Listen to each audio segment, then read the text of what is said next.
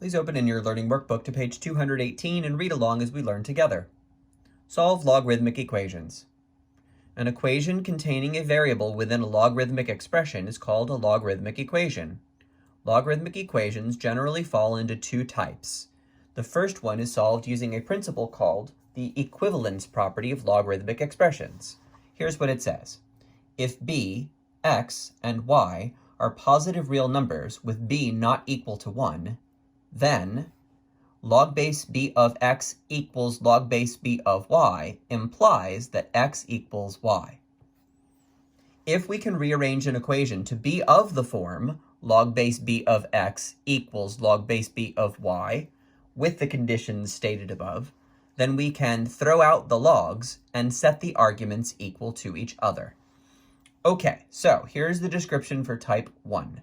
Type 1 logarithmic equations start out as two or more terms that all consist of a log of the same base and can be written as two terms of the form log base a of blank equals log base a of blank. Let's look at an example. Okay, this example from your textbook is very clearly type 1. Every term is a logarithm, and they all have the same base. So our job is to try to take what we have been given and make it look like this. Log base a of something equals log base a of something. Well, good news, it's already in that form. So we can drop the logs and set the exponents equal to each other. We get 3x minus 4 equals x plus 2, bringing this x from the right side to the left side by subtracting, and bringing this subtract 4 from the left side to the right side with adding gives us 2x equals 6 or x equals 3. We can even check our final answer by plugging back in, and we see that the left side and the right side are the same value. Okay, let's look at another example, this one a little harder. Okay, solve. Natural log of the difference x minus 4 equals natural log of the sum x plus 6 minus natural log of x. This is a type 1 problem. There are three terms in the equation. The first is natural log of x minus 4. The second is natural log of x plus 6. The third is subtract natural log of x. All three terms are a log of the same base, base e. That makes this a type 1 problem.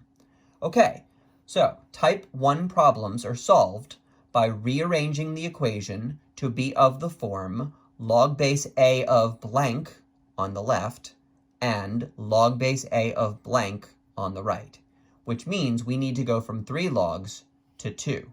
And the way we do that is with one of our properties. So we're going to use the quotient property of logarithms. It says that 2 logs of the same base being subtracted can be combined into a single log by dividing their arguments. So the natural log of the sum x plus 6 minus the natural log of minus the natural log of x can be written as the natural log of the fraction x plus 6 over x. Now we have the proper form. Log base e of blank equals log base e of blank. Remember, natural log means log base e. So drop the logs and set the arguments equal to each other. We get x minus 4 equals this fraction. To solve the equation, clear the equation of fractions by multiplying both sides by x. When an x minus 4 is multiplied by an x with the distributive property, it becomes x squared minus 4x. And on the right, the x's cancel, leaving us just x plus 6. Moving all terms to the left-hand side and combining like terms gives us x squared minus 5x minus 6 equals 0. Factoring gives us x plus 6 times x plus 1 equals 0. And using the zero product property, we get x equals 6 or x equals negative 1. However, we must check both answers for this problem. In fact, that will be true for all logarithmic equations. Whenever you get an answer, you are required to plug it back in to make sure that anything that you think is an answer really is. So let's look at this process. If we check 6 by plugging it back into the original problem, then everywhere we see an x in the original problem, we're going to put a 6 instead, and then we'll simplify. So natural log of 6 minus 4, we're checking for equality. Natural log of 6 plus 6, natural log of 6. 6 minus 4 is 2. 6 plus 6 is 12. And then we have minus natural log of 6.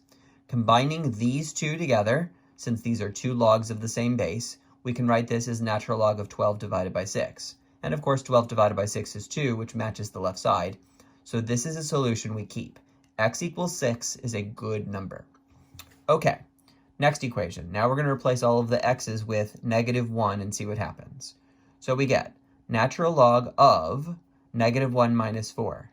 Well, -1 minus 4 is -5, and you might recall from our earlier discussion of logarithms that you can only take the logarithm of a positive real number. You cannot take the logarithm of 0. You cannot take the logarithm of a negative. Trying to take the logarithm of a negative is undefined. Therefore, this solution is rejected. X is not allowed to be -1, and our only solution is 6.